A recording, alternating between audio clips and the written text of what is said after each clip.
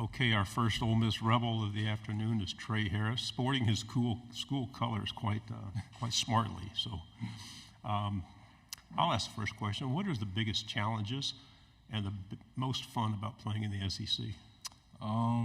Biggest challenges is definitely the contact. Every single day is guys going as hard as possible, and everybody's out there trying to make a name for themselves. But the best thing for sure is definitely the fans and the interactions with the fans. Whenever you go out there for the first time and you see and you hear the crowd roar, there's not words to even describe it. And I'm super stoked for the season this year. I'm just ready to get going. There's a good vibe about your team going into the season. How does that feel? It feels great.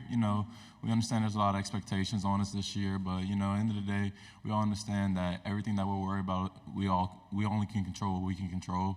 And we always just worried about the guys inside the facility. We understand that each and every day we have to get better, and that's really the main goal for right now is just trying to get better every single day, and just trying to get the best possible expectations as possible. The middle. Can you speak on the talent that the wide receiver and the depth that the wide receiver room has, and then the potential of a player like Norrell White being a freshman? It's incredible, having that many guys in your room, and it's good to have that many depth, that much depth as well. You got guys like Juice Wells, Jordan Watkins, Aiden Williams, Caden Lee, and Norrell White as well. I could keep naming guys as well. And it's good to have that many guys who all can support you and all can come in and get reps and really have good, meaningful reps as well. So it's really huge going into this season for sure. Okay. Yeah, Evan Kamiko, Pig Trail Nation. Trey, for you, new Rebel in Chris Pooh-Paul. What have you seen out of Pooh since he's gotten to Oxford, and how's you been building a relationship with him? He actually sits literally 2 lockers over from me. So we see each other every day. We always talking, and I'm excited for him. I'm excited to see him play sideline to sideline. He's been learning Coach Golden's defense nonstop. I always see him up there, getting some type of walkthrough or just doing something. He's almost taking a leadership role as well. It's going to be really exciting to see him and guys like T.J. Dudley as well, just going out there and making physical, hard-nosed plays. So I'm really excited to see them this season. The back row. Dan Peck, ESPN 106.7 in Auburn. Just talk about Jackson. I mean, what does he bring as a leader, as a quarterback? How huge is it to have him back for another season? It's monumental, to be completely honest with you. The biggest thing I've taken from him personally is his work ethic. The amount of work he puts in is really incredible. He doesn't stop working. We've been to LA a few times, already, just getting chemistry together or with other receivers as well, with the young guys, just bringing guys together to do off the field activities as well. He's definitely taking a leadership role to the maximum. He goes in each and every day with the standard on his mind that this is the standard that we must live up to and that we must perform at. And I can't be any more excited for the season and more excited for him to be my QB and to be my leader as well. Front row. Eric Bailey with Tulsa World. Oklahoma is going to make its first trip to Oxford this season. What can Oklahoma fans and Oklahoma's football team expect in their first trip? Definitely a great time for sure. High-intensity football game. A lot of loud fans for sure. It's definitely going to be packed out. And I'm excited for them to be coming to the conference, and I'm excited to have a game against them as well. Left side.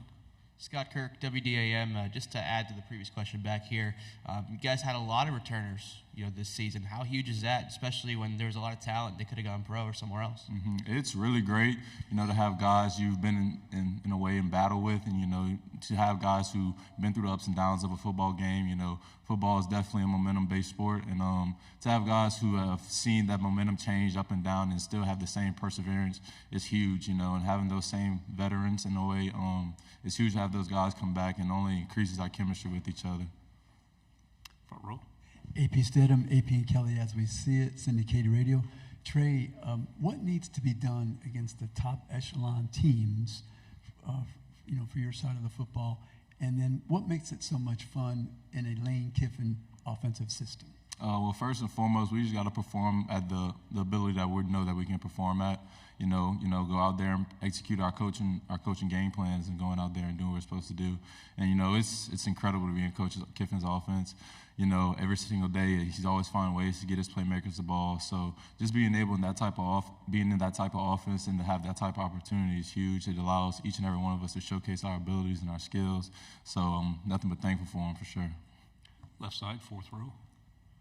Trey, Bradley Davis with WAPT Sports in Jackson. I know Dayton was hurt that he wasn't going to be in this Madden or this this EA football game, getting those contested catch ratings right. But I know you had some pretty great catches last year yourself. Was that something y'all talked about, kind of going back and forth, like who's going to have the crazy catch today? We didn't talk about it too much.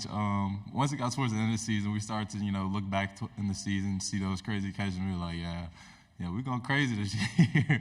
But nah, our main goal, especially last year and even going into this year as a receiver room, is going out there and making our mark on the game and setting the tone. That's one thing that we always go into each game with, setting the tone first from the jump. So we go into the season with the same mindset, just trying to be the most dominant unit on the field and be the most dominant players on the field, no matter if it's special teams or offense, no matter what it is. Left side. Trey, what do you remember about going to Georgia and the atmosphere that was there last year, and then you guys get to return the favor this year? What's it going to be like when they come in to Oxford, and what can we expect from the atmosphere there? Definitely trying to return the favor for sure. I remember the atmosphere being an extreme atmosphere. A lot of fans talking crazy, but it's something you're used to once you get to this level. And my expectations going into next year, whenever they come to Ole Miss, is on give them the same thing back to them. I know our fans are gonna do what they're supposed to do. They're gonna come out and support us with as much as possible, and they're gonna do what they're supposed to do. Front row. Trey, Oklahoma and Texas are bringing a very storied rivalry into their conference, but this is a conference with a lot of rivalries. Can you talk to me a little bit about the Egg Bowl and what that rivalry is like, and what those fans at OU Texas can expect out of this rivalry? That Egg Bowl rivalry is definitely something serious. I'll be honest. At first, when I first got here, I didn't fully understand it until I played in the game. But I'm gonna be honest, it is a different type of hate. I'm gonna be honest with you, it's a different type of hate, and I'm excited for that game as well. And OU and Texas, they're gonna have some rivalries amongst themselves and with other teams as well. So as long as everybody go out there and play a clean game, I think everybody's gonna have a rivalry at the end of the day. It's the SEC. It's a real competitive league. So Left side in the back. Playing for Coach Kiffin, you see a different Lane Kiffin than I think folks who are watching him on TV or following him on social media. What are some things about Coach Kiffin that might surprise some people that you get to see as one of his players? I don't think there's much that's gonna surprise people. He's honestly a real chill guy. He's always looking for a way to make it easier for guys. Always trying to make it easier for the players, make sure their schedule is working out for them, and things like that. And one thing that always impresses me is his ability to flip a switch whenever it's time for us to play the game. One thing he harps on before the games is for us to conserve our energy as much as possible, and just really relax and be as calm as possible. But once that game starts, it's time to flip that switch and turn to a monster. Final question here on the right. Trey, having an opportunity to be on the 2024 Reese's Senior Bowl watch list, what does that mean to you, and maybe to you play your last college game in Mobile, Alabama? It's huge, to have that type of accolade and have that type of accomplishment to be and have that opportunity in front of me. It's something that a lot of people dream of and a lot of people want to accomplish, and I'm glad I'm able to have that opportunity ahead of me. Very good. Nice job. Good Thank luck y'all this so year. much.